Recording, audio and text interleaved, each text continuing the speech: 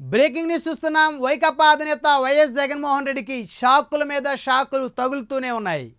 151 స్థానాలతో 2019లో బలమైనటువంటి ప్రభుత్వంగా ఏర్పడిన వైఎస్ఆర్ కాంగ్రెస్ పార్టీ ప్రభుత్వం 2024 ఎన్నికలకు వచ్చేసరికి కేవలం 11 స్థానాలకే పరిమితమైంది. ప్రతిపక్ష హోదా కూడా కోల్పోయి కేవలం ఒక సాధారణ ఎమ్మెల్యేగా పులివెందుల పులిబిడ్డ జగన్మోహన్ రెడ్డి మిగిలిపోవాల్సి వచ్చింది. అయితే ఆ పార్టీకి చెందినటువంటి తాజా మాజీ శాసనసభ్యులు, మంత్రులు, ఎంపీలు అందరూ కూడా ఒక్కొక్కరిగా తమ బాట తాము చూసుకుంటా ఉన్న పరిస్థితి ఉంది. సో అదే కోవలోకి ప్రస్తుతం ఆర్ కృష్ణయ్య, తెలంగాణ రాష్ట్రానికి సంబంధించినటువంటి బీసీ ఉద్యమ నాయకుడు, ఆనాడు ఉమ్మడి ఆంధ్రప్రదేశ్లో సైతం కూడా బీసీ ఉద్యమాన్ని ముందుండి నడిపించినటువంటి ఆర్ కృష్ణ సైతం కూడా వైకాపాకి రాజీనామా చేయనున్నారు. అయితే ఇటీవల కాలంలో జగన్మోహన్ రెడ్డి ఆర్ కృష్ణను తీసుకొని వైఎస్ఆర్ కాంగ్రెస్ పార్టీ నుంచి ఆయన్ని రాజ్యసభకి పంపినటువంటి పరిస్థితి అందరూ తెలిసిందే.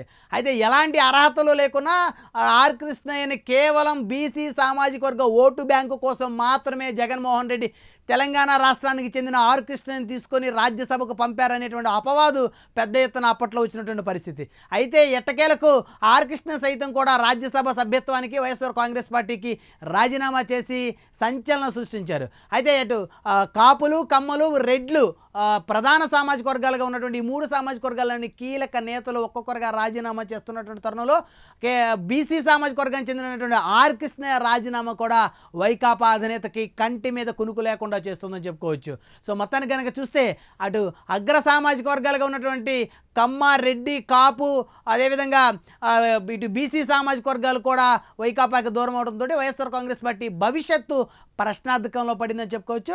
ప్రస్తుతం కనుక చూస్తే ఎస్సీ సామాజిక వర్గాలు మాత్రమే వైఎస్ఆర్ కాంగ్రెస్ పార్టీలో కొంత భాగం మాత్రమే ఉన్నాయని చెప్పుకోవచ్చు. మరికొంత భాగం కూటమితో నడుస్తున్నారని చెప్పుకోవచ్చు. ఇటు మైనార్టీ అప్పట్లో వైఎస్ఆర్ కాంగ్రెస్ పార్టీ పెద్ద ఎత్తున ఓట్ బ్యాంక్ను క్లెయిమ్ చేసుకున్న పరిస్థితి. అయితే 2024 ఎన్నికల్లో మైనార్టీల నుంచి కనీసం ఒక్క శాసనసభ్యుడు కూడా గెలవకపోవడం, మైనార్టీలందరూ కూడా వైఎస్ఆర్ కాంగ్రెస్ పార్టీకి దూరం అయ్యారని చెప్పుకోవచ్చు. అయితే ఇప్పుడు ఇలాంటి నేతలందరూ కూడా పార్టీకి రాజీనామా చేయడంతో వారి వెంట ఉన్నటువంటి ఎవరైతే మద్దతుదారులు వారందరూ కూడా పార్టీలు మారుతున్న తరుణంలో 38% ఓట్ బ్యాంక్ కాస్త రానున్న ఎన్నికల్లో సగానికి సగం పడిపోయినా ఆశ్చర్యపోవాల్సినటువంటి అవసరం లేదంటున్నారు రాజకీయ పరిశీలకులు.